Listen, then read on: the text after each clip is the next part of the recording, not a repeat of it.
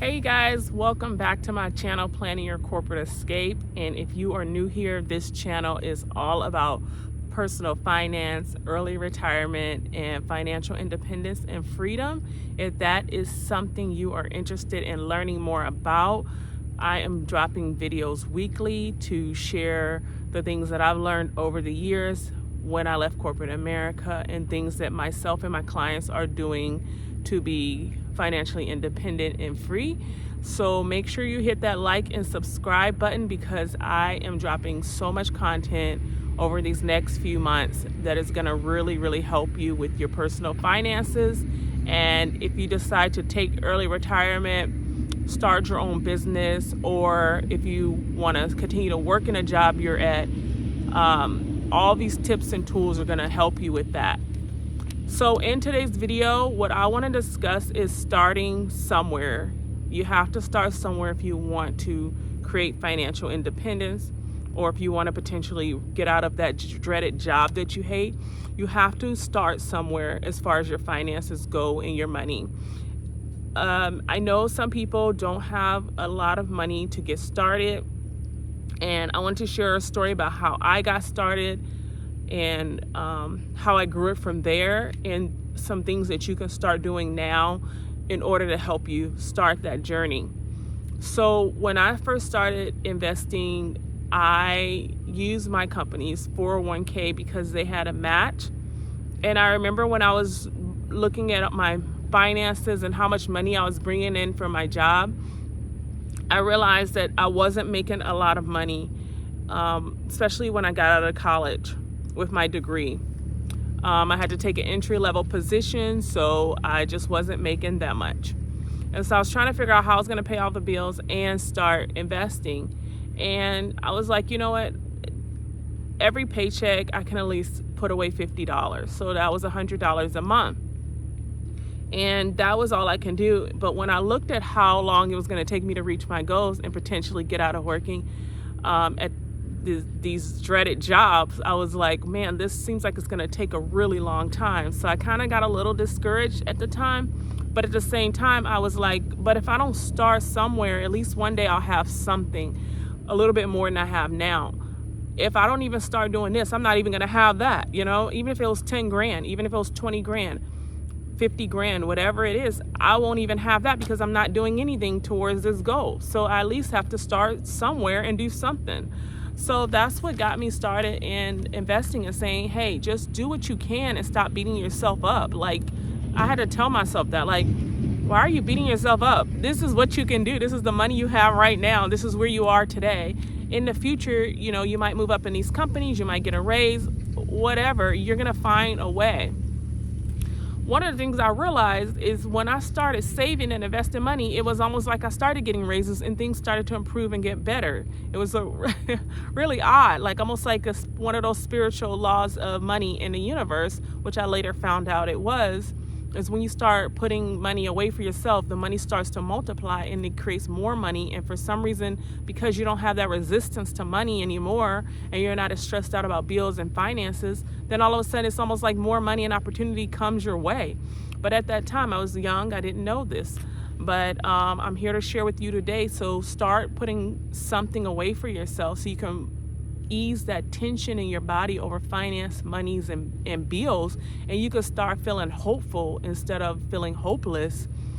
So I started with what I could start with, and my company had a 401k match. I believe it was 6%. And I remember I was just investing, and then, like I said, as bills, you know, I decreased one debt or bill. Then I was like, okay, I have a little bit more, so I went up probably another $100, but it wasn't nothing significantly. It wasn't like I was able to put $1,000 away or anything major, but I was able to do, like, you know, 50 to maybe $200, $300, $400, $500 a month, somewhere in that area over time. And I realized my 401k had went up a good amount. I think it was like almost 20 grand between the what I was contributing and in the company's match plus the stock market growth. So that gave me the money I needed to start my escape plan and also start buying some rental properties to get some extra income. So what I wanted to talk to you guys about was just starting with $100 a month. And there's two ways you can go about doing this. You can go ahead and put it into your company's 401k to get that match. That is what I would recommend that you do. If you do not have a company, if you're at a company that doesn't offer a 401k match, unless that company is paying you some really good money, or you just, I don't know, if that's the only job you can find, I would probably try my best to find a company that has a 401k match. I would probably not work for a company that doesn't offer a 401k or doesn't offer a 401k match. Now, I do know before college, I came from the retail industry and the restaurant industry, hospitality. I know those companies, a lot of those jobs don't have a 401k match, especially if you're not in a management role. So those jobs do pay, some of them pay very well, and so you may not want to leave them. If that's the case, that's okay, or you may have some other perks. But if you're in a position to do so, please try to find a company that offers the 401k match, because that is going to help you significantly in planning your corporate escape and getting out of this cycle a lot faster. I know you're going to say, some people say to me, well, it's a 401k. How is this going to help me retire faster? Because I can't take this money until I'm like 62 years old, 59 and a half, and with some of these retirement funds, 62. So I'm in my 20s or 30s or 40s. I am a long way away from getting access to this money. So what are you talking about? I understand. I'm already ready for that question. I get it a lot. So you're not supposed to take this money out before a certain age, before retirement age, because there are going to be penalties.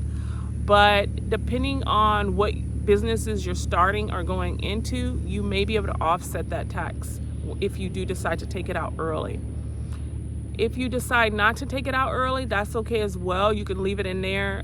If you decide to leave your job before your retirement age, you're just going to have to roll that 401k over to either your new job or to an independent brokerage account that you have that's set up for retirement. You can do that, but the thing is, this money offers you the money that you're going to need to start a business, potentially, if that's the route you decide to go.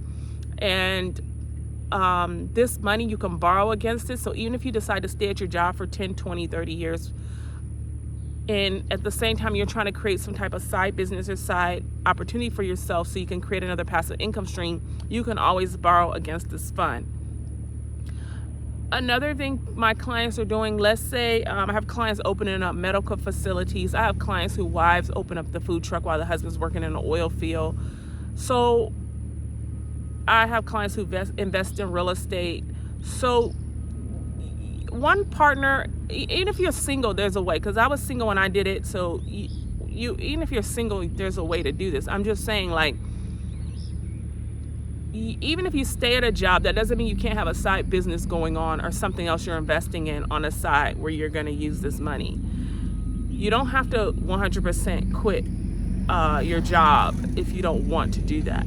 This is just an option for people who are trying to create an extra income for themselves or get out of working earlier than 70 years old, 50 years old. They're just trying to find another alternative. And this is the kind of information I wish I had access to when I was doing this. Like, I was really looking for a mentor and people to help me with this when I was trying to do this, because I knew it was possible. I knew that people did not have to work until they're for other people, and they can replace their income through other income streams without waiting until they're 50, 60, 70 years old. Like, I just knew, especially with all the technology and the way the world's going, that we didn't have to stay in jobs for the rest of our lives if we didn't want to do that, especially staying in jobs that we hated.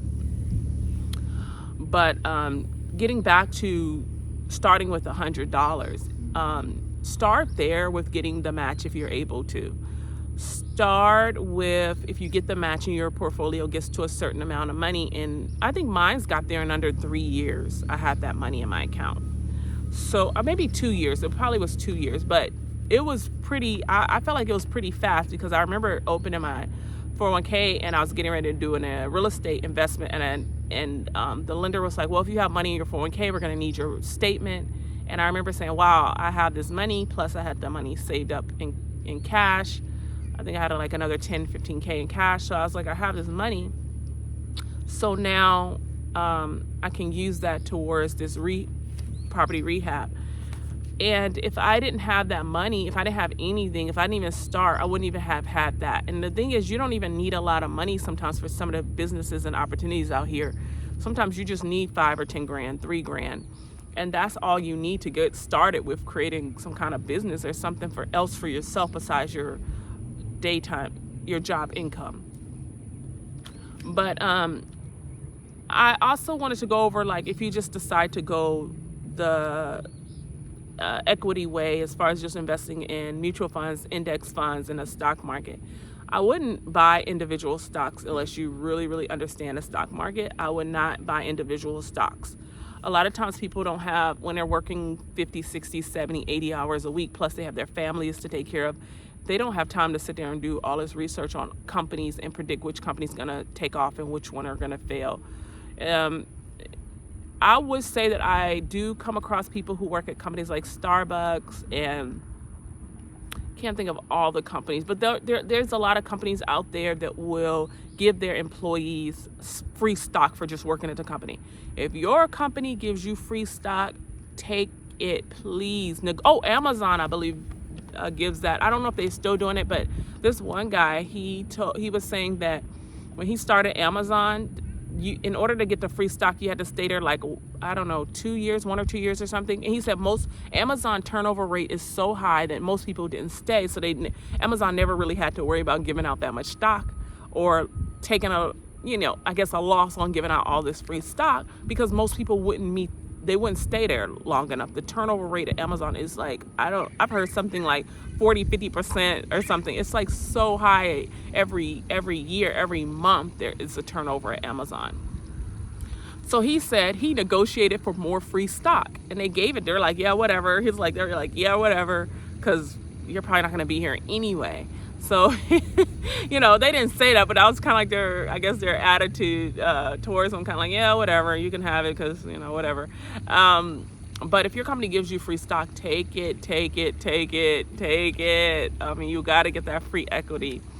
But if you decide to go the equity route and invest in mutual funds and the stock market outside of your 401k, I ran some numbers for you just to give you an idea where you will be and what you will have with $100 a month.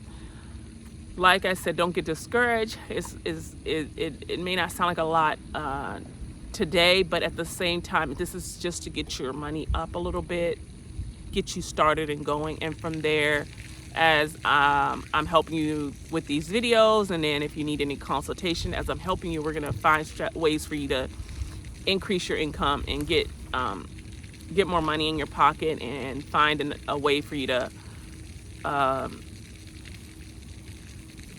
get financial freedom just a little bit faster. Okay, but here we go. So if you invest, and we're going to do stocks, why we're not going to do a savings account or bonds or something like really that doesn't have a high rate of return, is because you need this money to grow, and you need it to grow as fast as it's able to grow. Okay, and I would say this is probably going to be the best way. You're going to go 100% equities on this. Okay, some of the funds may own some CDs or bonds or things like that may return like 4 to 6%, but they don't own a lot of them. You're going to look for funds that are going to have more higher equity positions in them, so that you can have a chance to increase your money a lot faster. Now, I use 10% as the rate of return for the stock market because overall that's the number. 10-12%, that is the number that the stock market has been able to return over the last 100 years. So we usually use that number, but there are going to be some years where your portfolio is going to go up 15%, 18%, 24%. I've seen that as well, but that doesn't happen that often. So on average, while you're holding this fund for 10 years, this is where you're probably going to be. So at a rate of return of 10%, at $100 a month, that's $1,200 a year. In 10 years, you're going to have $21,300. Now, at that 10-year mark, if that's all that you're going to be able to save in 10 years, and that's what you can do, then at that time, I'm going to go over some different businesses that you can start in that time frame with that amount of money. This is outside of your company's 401k, by the way. If you get like I said, if you get the company 401k and you get the match, then do it in that fund so you can get the match, because it's going to be way more than this in 10 years. But because I'm not sure if that's the way you're going to go, or if you have that option, then this is just outside of a retirement account, okay?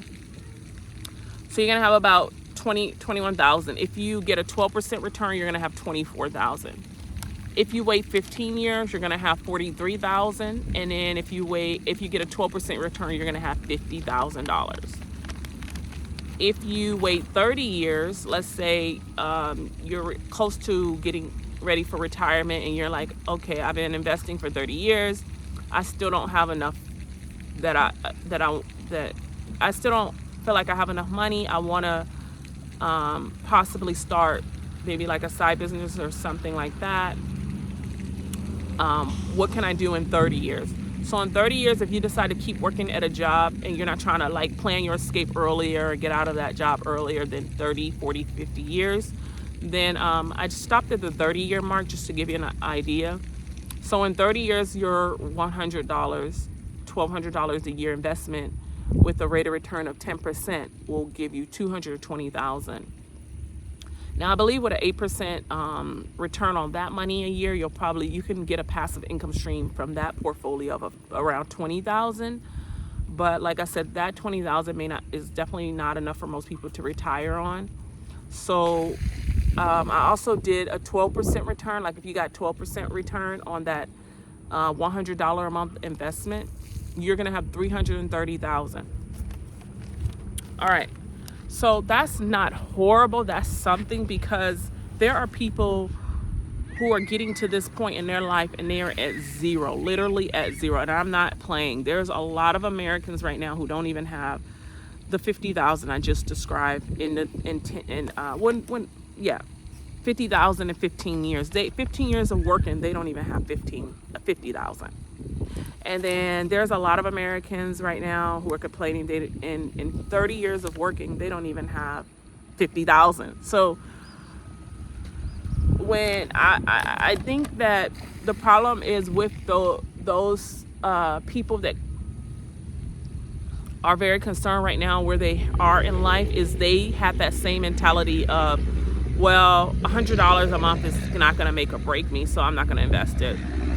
They have that kind of like that mentality. And sometimes people have this mentality of, I'm not going to invest because it's not going to make a difference. It's too little anyway, so I'm not going to be able to change my situation.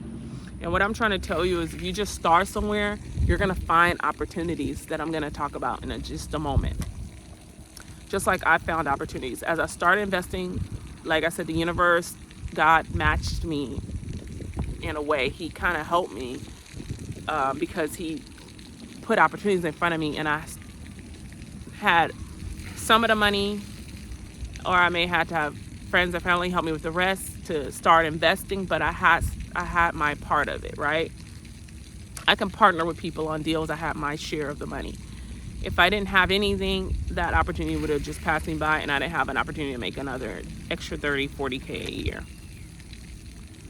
So in 30 years, you'll have that 220 or you'll have 330, depending on what the market returns and the investments you're in. So what I'm trying to say to you is, even with $100, you can get yourself out of a bad financial situation, turn things around in your life. Then when you have that money, you can start looking for businesses to create on the side or opportunities to create on the side, because you're going to either have to work longer and more and save up more money, or you're going to have to increase this $100 to a little bit more. Like, let's just say if you're going to increase it to $200, all we got to do is double these numbers. So if you were able to do $200 a month, now your $21,000 would be $40,000. or your $50,000 will be $100,000, or your 220 will be 440, right? You just double that because you added another 100 a month. So you can definitely just use that alone, and maybe some Social Security if you're going to be eligible for it, and if it's still around, or if you're at that age now where you're almost close to it, you can use that to offset some of your retirement.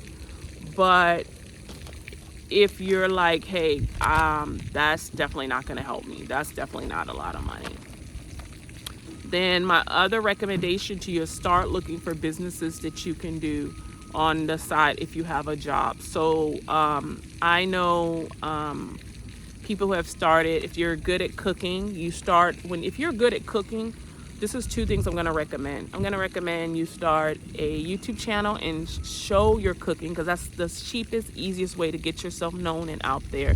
And maybe if you have the finances, you also find a great publishing company. Even if you're going to go self-publishing, there are companies that help self-publishers, and make sure you use reputable, good companies to help you.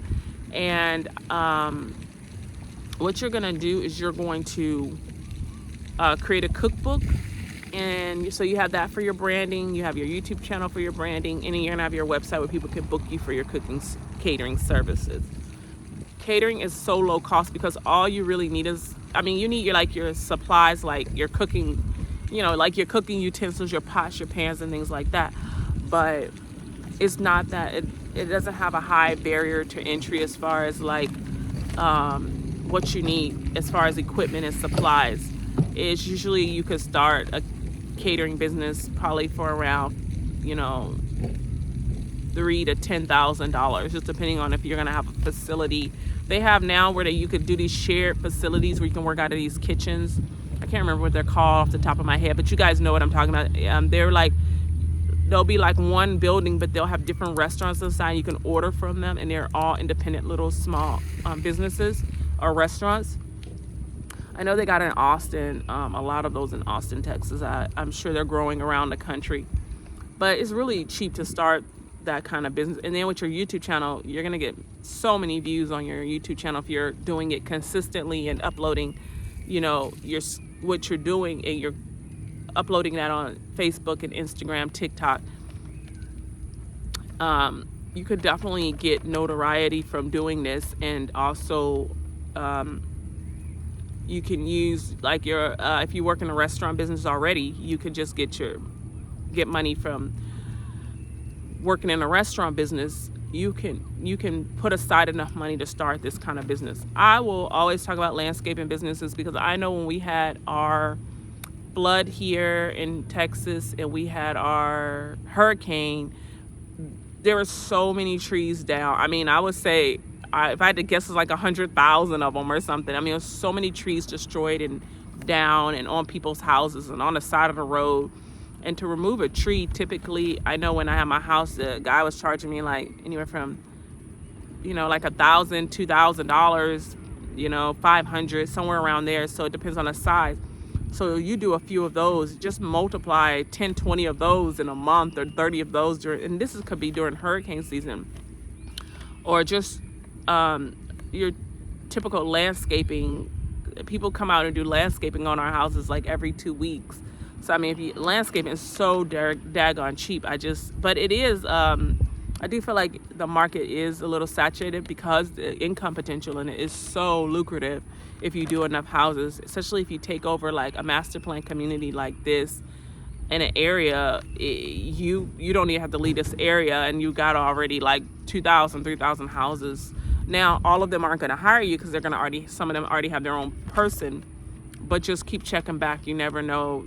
Because I feel like some people do landscaping for as a career for the rest of their life, and then some people just do it just to get some money up to go do something else. The handyman business, if you have a handyman skill, everyone needs handyman, especially with all these homeowners out here that I don't think AC, plumbing, roofing, foundation, painting, I don't think those jobs are ever going to go away. But I do say you need to be good at your job. You need to do a good job, because the referrals from that is really good. You need to build a good word of mouth business from that. And also, again, show your work on social media. That is going to help you get more clients, and that is going to help you get out there. You need to show your work on social media. That's going to help you with free marketing. If you want to, and then, like I said, again, with under 1,000, 2,000, you can go and start this and pass out flyers and business cards. I don't think flyers and business cards, to me, I feel like they don't work as good as the social media. That's just my opinion. I feel like people put stuff on my door, and I'm just kind of like, sometimes I try to keep up with it. Like if it's, if I notice I'm going to need something, like a roof or something, not that I need a roof lately, but I'm just saying, if I notice I'm going to need something, I'll be like, and they put it on my door just around that time I'm looking for that service, I will put it on my countertop and be like, oh, okay, I'll get around to this. And then sometimes I'll throw it away because I don't need it. I was like 6 months or a year go by and I realized I never used that service. I met a guy, he said he is making over 6 figures. I just met him 2 days ago. He's making over 6 figures just repairing garage doors. And I was like, that's a really, especially here because we got so many houses again. There's so many master plan communities here. I feel like that's a really good business as well because you don't need really a lot of supplies. I remember when I needed a garage door on one of my rentals years ago, I think it was $1,100, but I paid for the door. So I went, I don't know if I paid for the door, gave the guy the money to go get the door from Home Depot or whatever, but they bought the garage doors. Actually, I think we did. We brought the garage doors from Home Depot in a truck, and then they put them on. And I think that was like around $1,100. And then they had to program the remotes and all that. And if you really think about it, he knew how to do the labor part because I definitely don't know how to put a garage door together, and I don't think I care to learn either. And so, if you think about that, that doesn't take much, but as far as equipment or employees or things like that. So that's a really great business to start where you don't need a lot of capital or money. A lot of people need personal shoppers if you are able to. I know there's a lot of gig apps that built their business around going grocery shopping for people, dropping it off, or picking up people, dropping them off. A lot of parents need help with that with their kids. A lot of elderly and seniors in the community need these kind of services. Movers, everybody knows. I think moving jobs have a good turnover rate. I feel like they always have a good turnover rate. And I feel like there's a lot of complaints about movers sometimes. But there are those companies out there that do a phenomenal job moving people. And I know for some people I've talked to in the moving industry, they've been doing it like 10, 20 years. They said it's a really good business. It's pretty stable, pretty good income. You can make up to 6 figures. And that, of course, takes just a truck and a dolly and a good back. You know, you got to have that good back to do that job. Because, man, some good, strong legs to get up them stairs. Because, moving to me, that's really brutal. That's so brutal. Nobody wants to ever move unless they have to. Rent out. We already know about Airbnb and things like that. I mean, just if you have that extra space, extra property or the extra space, of course, that is not a very expensive way to get. If you, like I said, if you have that money in your 401k or you have that money saved through those equities, remember I was saying use that money to start some type of side business. You don't need a loan from the bank. So if you see my video that I made on debt and credit cards and things like that, and people are like, you got to have a credit score, you got to have debt, you got to have, you got to go into all this debt. All the big businesses have all this debt and they're growing. Yeah, they do. But I worked in accounting, and those businesses sometimes hurt and they got to lay people off. This is why this channel is made, because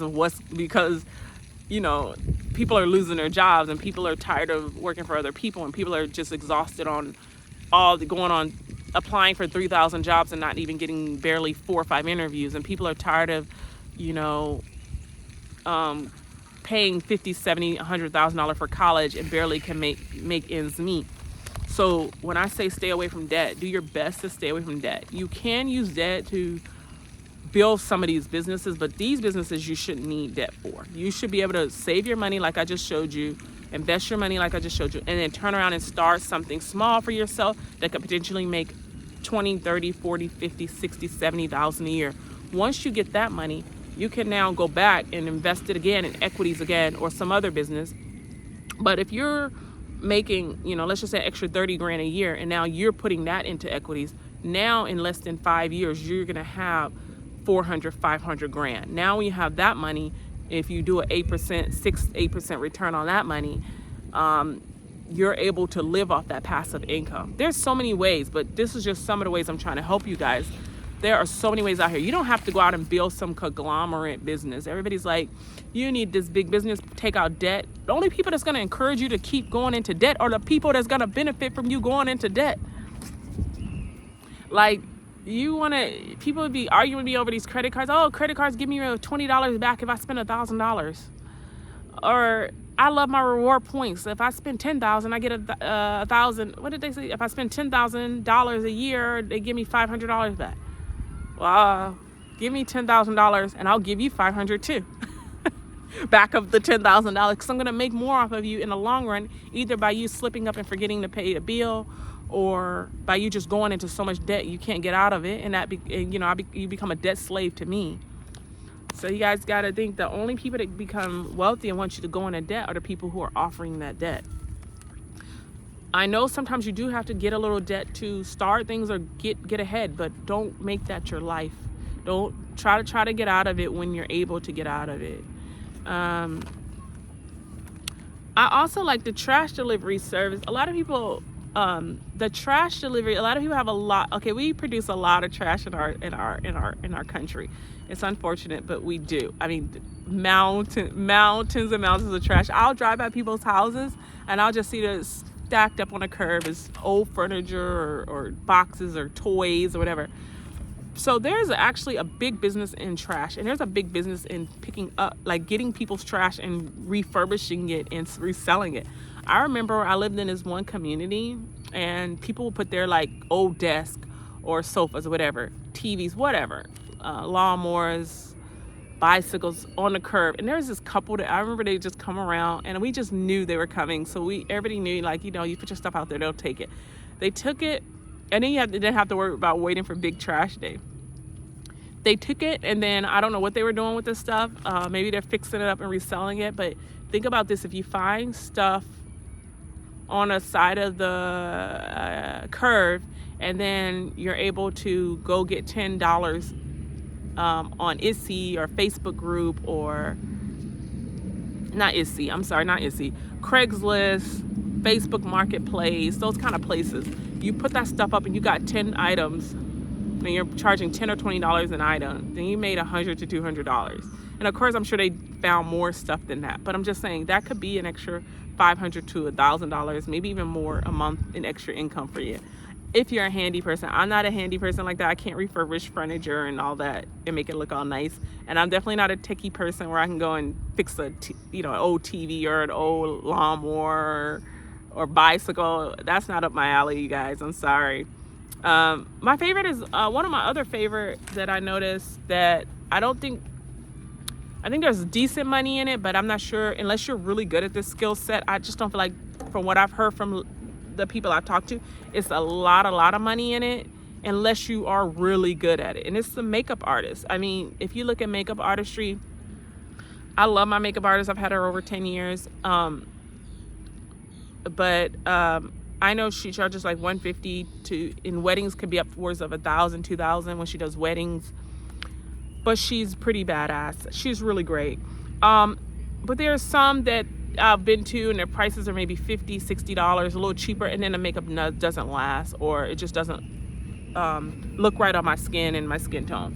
But that is one industry. If you are very artistic or not artistic, what is that word, like a great artist, you're great at painting pictures, painting faces, whatever. That is, to me, a great opportunity to make $100 to $300 a face, because they really do charge that much, especially if you're doing it on models or if you're doing it on TV sets or film sets. This is like one of the best, and it doesn't take a lot of money to start it, because you only need your brushes and you need your supplies, which is the makeup. And I believe that is something you could probably start with about $15 $1,000 to $1,500 because you do need different shades for different women of different colors. So that may be that, and that's it. After that, you should have enough makeup to last you about almost up to a year, 6 months to a year. And in the meantime, you can make that back with 15 clients. So that's another one that I really, really like. Seasonal jobs, we don't get snow here where I live in Texas, but actually every 10 years, I think we get a little snow, but we don't really get snow here. But if you live in areas that have snow, I know snow shoveling is seasonal, but it's a really big business during that time. And I've heard, a lot of people don't even want to get out and shovel their own snow, and they will pay people a good amount of money. And of course, if you get a couple of houses, you probably can't do a couple of hundred because they said it's very time consuming, and sometimes it takes you half a day to a day to do one house. So I say with the equipment we have out today that you can find from Lowe's, Home Depot, Harbor Freight, Ace Hardware, these kind of stores, you could probably find some equipment that can help you get it moved a little faster than the old shoveling days. Or you can use some equipment to melt the ice and things like that. I don't know a lot about the ice business. I'm not in the ice business. Oh, speaking of the ice business, there's another business that people are starting where in really hot places like Texas, Arizona and stuff, they deliver ice to you or deliver ice to your pool to cool the pool off. I mean, I didn't even know this kind of stuff existed, but hey, if you have enough money or you're dealing with people who are of a higher income level, that might be something that a service they enjoy having. So that's all I have for today as far as businesses you could start with. You're investing your $100 a month, $1,200 a year. If you if you are able to do that, just start where you can. Please don't beat yourself up, because what happens when you beat yourself up is 5, 10, 15, 20 years go by and you don't even have the $100 a month saved. So if you tell me, well, I don't have $100 a month, you're not understanding. Ma'am, listen, ma'am, we've had this conversation. I've already told you I got the kids' daycare over here. My car keeps breaking down over here. I got bills. You don't understand. I got debt. I can't do $100 a month. I can't do anything right now. That happened to me. When I started saving the money I was telling you guys about at the beginning of the video, guess what started happening? The car started breaking down. I have $500 saved up. This is outside the 401k because I couldn't use the 401k for this. But when I remember saving up $500, water pump or something goes out of my car, and I go to take it to the dealership, or not the dealership, the smaller mechanic in the neighborhood, and I was like, what's wrong with the car? Oh, this went out on the car. Okay, how much is it? $500. How is that possible? Oh my gosh. How is it possible that that I save up a certain amount of money, and it took me, I don't know, at that time I think it took me like 3 or 4 months or whatever. How did I save the money? A car goes out and it's the exact amount. I swear to God I paid it. I swear to God it was the exact amount. I said, listen here, devil, I ain't gonna allow this to happen today. I was pissed off. But what I ended up doing is I just started over, and I just kept going. And after that, I realized less and less stuff was happening. The more, when you start saving, you start realizing almost like those emergencies don't become emergencies anymore. It's like they disappear or something. That's what I was trying to tell you about the law of the spiritual law of money in the universe. Like, something happens where I think it's the resistance in our body and the anxiety of how we're going to get something done that creates more of that situation. So I'm going to be making some videos on making sure we are attracting the income and money that we want, instead of repelling it away with our negative beliefs. So back to the lady who's like, I have so many bills. I can't save 100. You don't get this. I don't have anything. You're not understanding. My account is in a negative. So how am I gonna? I'm overdrawn trying to keep up with these bills in my life expenses. If it's at that point, you really have to get a second job. I don't know if you already have a second job. For some people, they already have a second job, but you really have to find a way to cut out something that you're using, or you have to go on one of the course sites and get a certification in something, and get another job that's kind of give you that extra little push or bump in your income that you need, or you have to go work a second and third job, and you have to get this money together. You have to get this $100, because if you think it's bad now, imagine being in your 40s, 50s, 60s, and 70s and you didn't do anything towards your savings goal or towards your oh, there's a little bee. I gotta get going because I don't want to get stung by the bee. Imagine that if things are the way they are now, imagine where they're gonna be if you don't do something. Imagine when AI or certain technology takes over certain industries and you can't find a job in those industries. So if you're not doing something today, I don't know what to tell you. You're gonna. I made a video on the working poor, the working homeless, or I made another video on talking about people who I met and spoke to, and I, we always have this stereotype, or not we all, but some of us have this stereotype where we're like, oh, you're homeless because you're a drug addict. You're homeless because you were alcoholic, or whatever. But the new homeless, the people that we're starting to recognize, and there's a documentary called The Working Homeless. I think it's in California. And it's talking about people who aren't homeless because they don't want to work or didn't work. They can't find a work. There's a segment of the population that it just cannot find work. And people cannot keep going back and getting $50,000, $80,000, $100,000 student loan debt. They can't keep going through that cycle at their age. So you have to at least have something put away for yourself, just in case you have to pivot the future of what's going to happen with the economy, the market, and things like that. But guys, I appreciate you guys watching this video and supporting this channel. It is amazing, all the people I'm meeting through this channel and able to help through this channel. And I'm going to continue dropping videos so that I can help you with your goals and help you with your escape plan. And make sure you like and subscribe because I'm going to be dropping some more videos. You're going to see a lot of content coming out because I have a lot of stuff I need to share with you guys. It's all up here. It's all in my notebooks. It's the things my clients have been doing, the things that I have been doing to be self-employed and not have to work for other people and create financial freedom and independence. So I want to be able to get that out to the world so that you guys can have that information, because this is the kind of content I was looking for back when I was trying to plan my corporate escape. So I hope you find a lot of value in this channel, and thank you so much for watching.